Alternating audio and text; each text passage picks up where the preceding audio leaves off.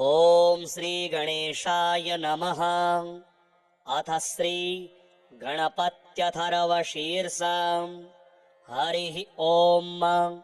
नमस्ते गणपतये त्वमेव प्रत्यक्षं तत्त्वमसि, त्वमेव केवलं कर्तासि, त्वमेव केवलं धर्तासि, त्वमेव केवलं हर्तासि, त्वमेव सर्वं खल्विदं ब्रह्मासि, त्वं साक्षादात्मासि नित्यं।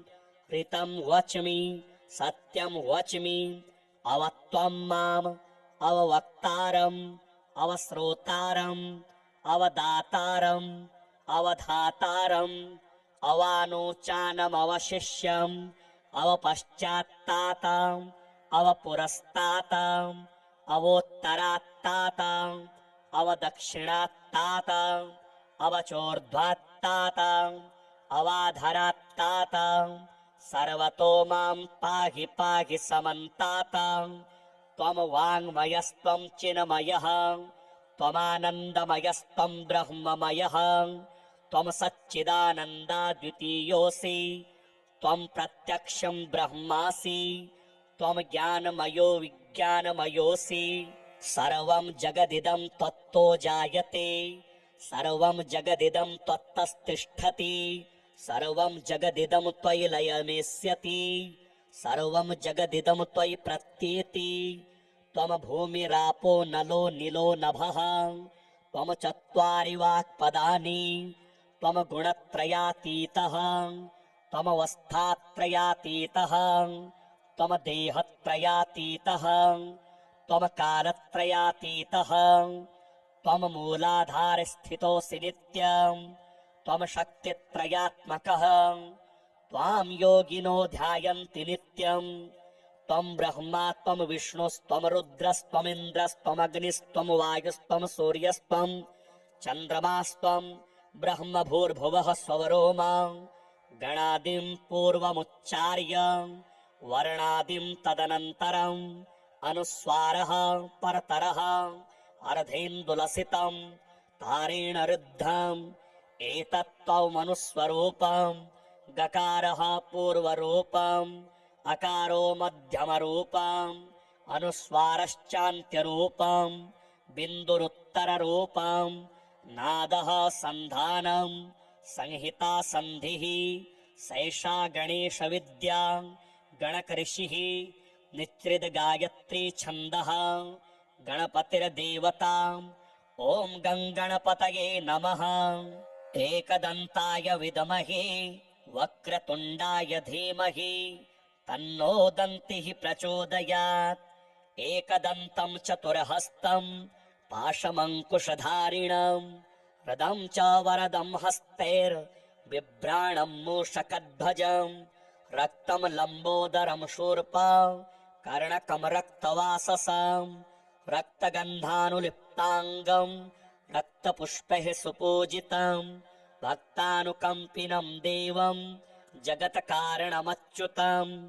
आविर्भूतं च सृष्ट्यादौ प्रकृतेः पुरुषात् परम्, एवं ध्यायति यो नित्यं स योगी योगिनां वरः। नमो व्रातपतये नमो गणपतये नमः प्रमथपतये, नमस्ते स्थूलम्बोदराय एकदन्ताय विघ्नविनाशिनी शिवसुताय श्रीवरदमूर्तये नमो नमः।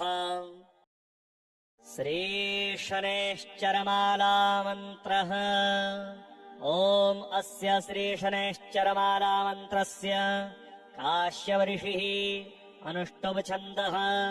शनैश्चरो देवता, शं बीजं निं शक्तिः मम कीलकम्, समस्तपीडापरिहारार्थे शनैश्चरप्रसादसिद्ध्यर्थे जपे विनियोगः।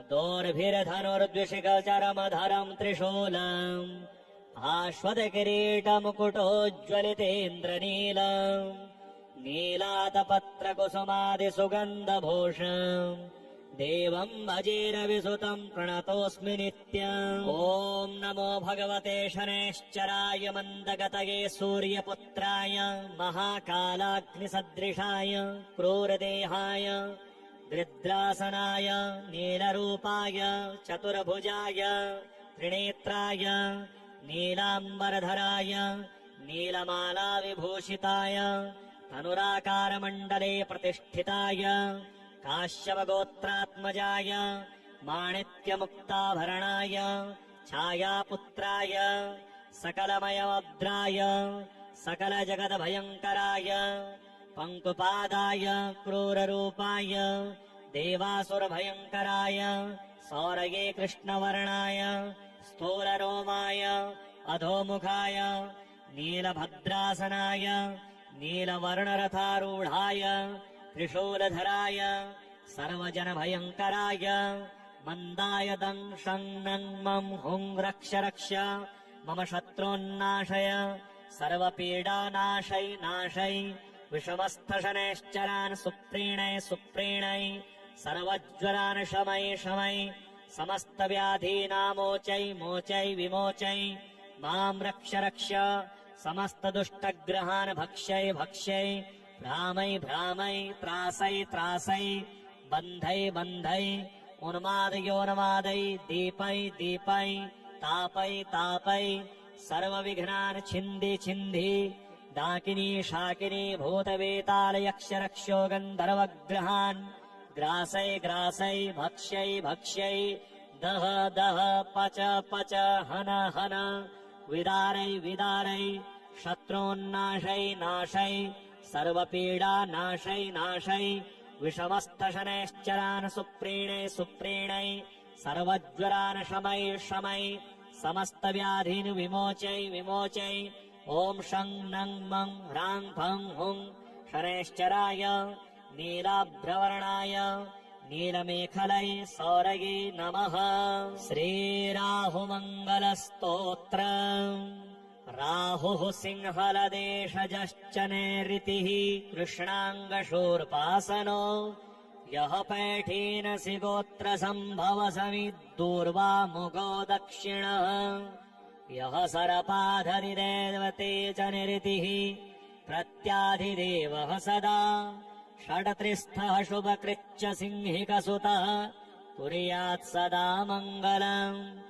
आवाहनम् न जानामि विसर्जनम् पूजाम् नैव हि जानामि क्षमस्व परमेश्वर। मन्त्रहीनम् क्रियाहीनम् भक्तिहीनम् सुरेश्वर यदपूजितम् मया देव परिपूर्णम् तदस्तु मे। महाशिरा महावक्त्रो दीर्घदष्ट्रो महाबलः अतनुश्चोर्ध्वकेशश्च पीडाम् हरतु मे तमः।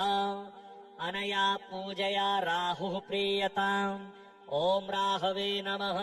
ॐ तमसे नमः। ॐ सैंहिकाय नमः। ॐ शान्तिः ॐ श्रीकेतुमङ्गलस्तोत्र। केतुर्जैमिनि गोत्रजः कुशसमिद्वायव्यकोणे स्थितः चित्राङ्कध्वजलाञ्छनो हि भगवान्यो दक्षिणाशामुखः। ब्रह्मा चैव तु चित्रगुप्तपतिमान् प्रीत्याधिदेवः सदा षट्त्रिस्थशुभकृच्च बरबरपतिः कुर्यात् सदा मङ्गलम्। आवाहनम् न जानामि विसर्जनम् पूजाम् नैव हि जानामि क्षमस्व परमेश्वर। मन्त्रहीनम् क्रियाहीनम् भक्तिहीनम् सुरेश्वर यतपूजितम् मया देव परिपूर्णम् तदस्तु मे। अनेकरूपवर्णैश्च शतशोऽथ सहस्रशः उत्पातरूपो जगताम् पीडाम् हरतु मे शिखी। अनया पूजया केतुः प्रीयताम्। ॐ केतवे नमः। ॐ शिखिने नमः। ॐ रुद्रप्रियाय नमः। ॐ शान्तिः ॐ शान्तिः ॐ। श्रीशनैश्चरमालामन्त्रः। ॐ अस्य श्रीशनैश्चरमालामन्त्रस्य काश्यपऋषिः अनुष्टुभ छन्दः शनैश्चरो देवता शं बीजं निं शक्तिः मम कीलकम् समस्तपीडा परिहारार्थे शनैश्चर प्रसाद सिद्ध्यर्थे जपे विनियोगः दोर्भिर्धनुर्द्विषिकचरमधरम् त्रिशूलम् आश्वतकिरीटमुकुटोज्ज्वलितेन्द्रनीलम् नीलातपत्रकुसुमादिसुगन्धभूषम् देवम् भजेरविसुतम् प्रणतोऽस्मि नित्यम् ॐ नमो भगवते शनैश्चराय मन्दगतये सूर्यपुत्राय महाकालाग्निसदृशाय क्रूरदेहाय दृद्रासनाय नीलरूपाय चतुर्भुजाय त्रिनेत्राय नीलाम्बरधराय नीलमालाविभूषिताय तनुराकारमण्डले प्रतिष्ठिताय काश्यपगोत्रात्मजाय माणिक्यमुक्ताभरणाय छायापुत्राय सकलमयमद्राय सकलजगद्भयङ्कराय पङ्कुपादाय क्रूररूपाय देवासुरभयङ्कराय सौरये कृष्णवर्णाय स्थूलरोमाय अधोमुखाय नीलभद्रासनाय नीलवर्णरथारूढाय त्रिशूलधराय सर्वजनभयङ्कराय मन्दाय दंशं नं मं हुं रक्ष रक्ष मम शत्रून्नाशय सर्वपीडानाशै नाशै विषमस्थशनैश्चरान् सुप्रीणै सुप्रीणै सर्वज्वरान् शमै शमै समस्तव्याधीनामोचै मोचै विमोचै मां रक्ष रक्ष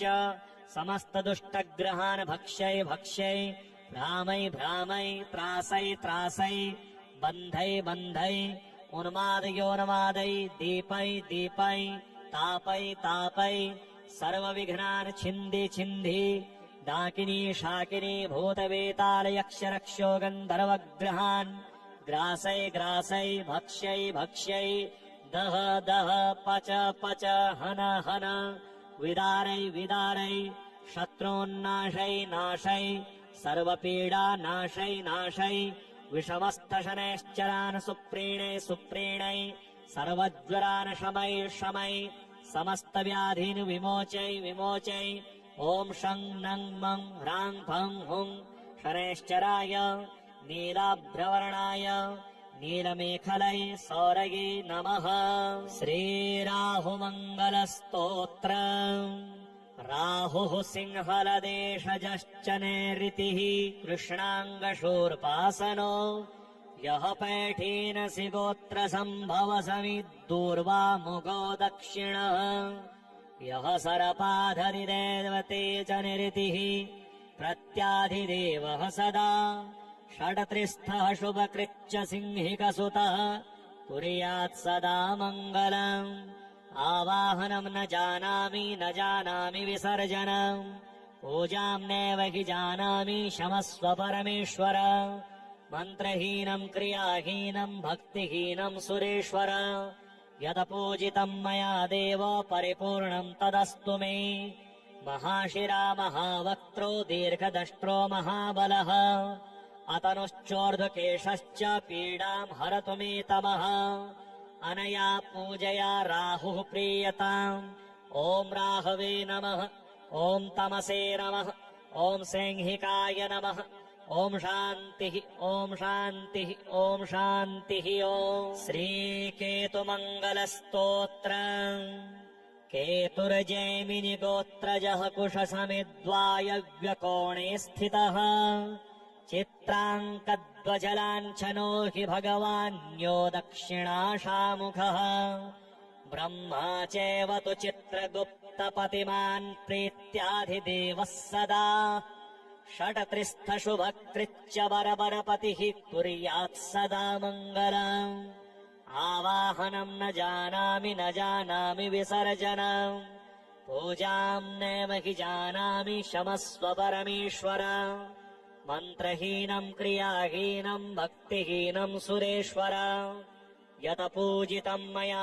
देव परिपूर्णम् तदस्तु मे अनेकरूपवर्णैश्च शतशोऽथ सहस्रशः उत्पातरूपो जगताम् पीडाम् हरतु मे शिखी अनया पूजया केतुः प्रीयताम् ॐ केतवे नमः ॐ शिखिने नमः ॐ रुद्रप्रियाय नमः ॐ शान्तिः ॐ शान्तिः ॐ शान्तिः ॐ श्रीशनैश्चरमालामन्त्रः ॐ अस्य श्रीशनैश्चरमालामन्त्रस्य काश्यपऋषिः अनुष्टुप् छन्दः शनैश्चरो देवता शं बीजं निं शक्तिः मम कीलकम् समस्तपीडापरिहारार्थे शनैश्चरप्रसादसिद्ध्यर्थे जपे विनियोगः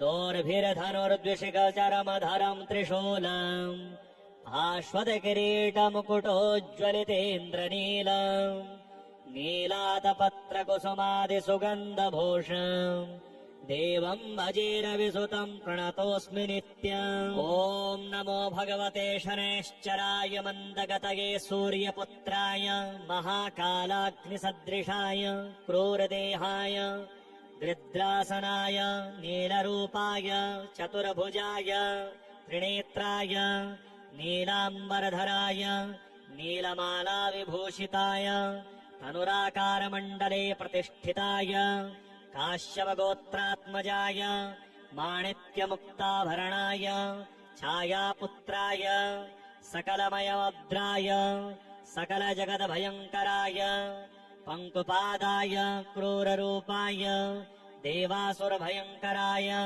सौरये कृष्णवर्णाय स्थूलरोमाय अधोमुखाय नीलभद्रासनाय नीलवर्णरथारूढाय त्रिशूलधराय सर्वजनभयङ्कराय मन्दाय दंशं नं मं हुं रक्ष रक्ष मम शत्रून्नाशय सर्वपीडानाशै नाशै विषमस्थशनैश्चरान् सुप्रीणै सुप्रीणै सर्वज्वरान् शमै शमै समस्तव्याधीनामोचै मोचै विमोचै मां रक्ष रक्ष समस्तदुष्टग्रहान् भक्ष्यै भक्ष्यै भ्रामै भ्रामै त्रासै त्रासै बन्धै बन्धै उन्मादयोन्मादै दीपै दीपै तापै तापै सर्वविघ्नान् छिन्धि छिन्धि डाकिनी शाकिनी भूतवेतालयक्षरक्षो गन्धर्वग्रहान् ग्रासै ग्रासै भक्ष्यै भक्ष्यै दह दह पच पच हन हन विदारै विदारै शत्रून्नाशै नाशै सर्वपीडा नाशै नाशै विषमस्थशनैश्चरान् सुप्रीणै सुप्रीणै सर्वज्वरान् शमै शमै समस्तव्याधीन् विमोचै विमोचै ॐ शं नं मं ह्रां फं हुं शनैश्चराय नीलाभ्रवर्णाय नीलमेखलै सौरये नमः।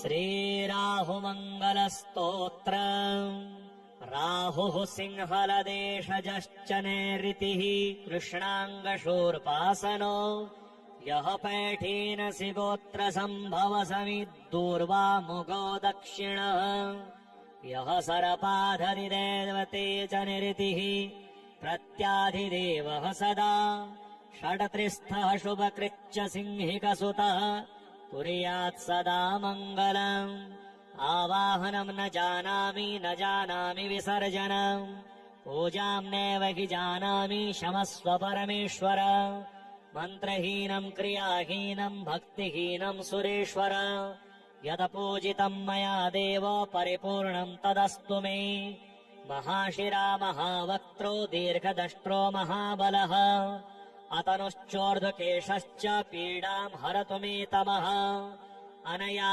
पूजया राहुः प्रीयताम् ॐ राहवे नमः ॐ तमसे नमः ॐ सैंहिकाय नमः ॐ शान्तिः ॐ शान्तिः ॐ शान्तिः ॐ श्रीकेतुमङ्गलस्तोत्रम् केतुर्जैमिनि गोत्रजः कुशसमिद्वायव्यकोणे स्थितः चित्राङ्कध्वजलाञ्छनो हि भगवान्यो दक्षिणाशामुखः ब्रह्मा चैव तु चित्रगुप्तपतिमान् प्रीत्याधिदेवः सदा षट्त्रिस्थशुभकृच्च वरवरपतिः कुर्यात् सदा मङ्गलम् आवाहनम् न जानामि विसर्जनम् पूजाम् नैव हि जानामि क्षमस्व परमेश्वर मन्त्रहीनम् क्रियाहीनम् भक्तिहीनम् सुरेश्वर यत पूजितम् मया देव परिपूर्णम् तदस्तु मे अनेकरूपवर्णैश्च शतशोऽथ सहस्रशः उत्पातरूपो जगताम् पीडाम् हरतु मे शिखी अनया पूजया केतुः प्रीयताम् ॐ केतवे नमः ॐ शिखिने नमः ॐ रुद्रप्रियाय नमः ॐ शान्तिः ॐ शान्तिः ॐ शान्तिः ॐ